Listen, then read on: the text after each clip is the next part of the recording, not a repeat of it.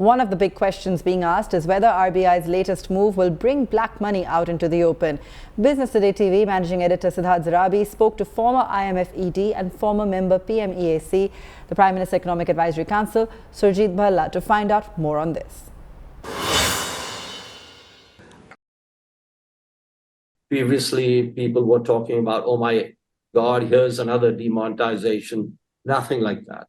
The RBI governor has been quite outspoken coming out with the reasons why this needs to be done. And soil notes and so on and so forth. And this has been, the original plan was to come out with these because of demonetization. Suddenly, you needed to have liquidity in the system. And that liquidity was provided by this. So it was always planned to phase out. And I think that's what's going to happen with not much consequence on the economy or anything else. So I think this will have a happy ending. I don't think that there is much scope for mopping up black money through this, especially as you said, no questions are asked, you don't know where it's coming from or where it came from. So I think, the black money problem is a separate problem. And, one other point on all of this, on cash in circulation, etc. And that goes back to the earlier point I made, that there has been considerable fintech. That is something all of us around the world actually have to get used to, is that it's a very different world. You yourself would know from your own use of cash or less use of cash. So think of the removal of the 2,000 rupee notes as part of that process of having that the economy needs less cash.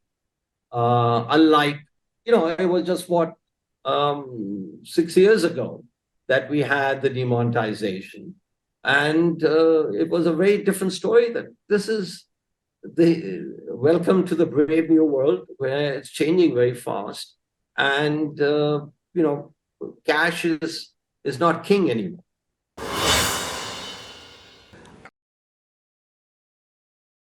Could it be that given that the 2,000 rupees were brought in haste, obviously, to compensate for the withdrawal of liquidity, large amounts of liquidity in 2016, that they are easier to forge? I don't know. That could be another fake notes. That could be another possible reason. Now, clearly, no government is going to tell you that there are lots of, fake notes or whatever. So I don't know. What I'm saying is that I don't see much consequence of the removal of 2,000 notes as long as no questions are asked, because that's the rules of the game, and no questions should be asked. And if that is the case, then I think there's zero consequence. If you like the video, do like, comment, share and subscribe.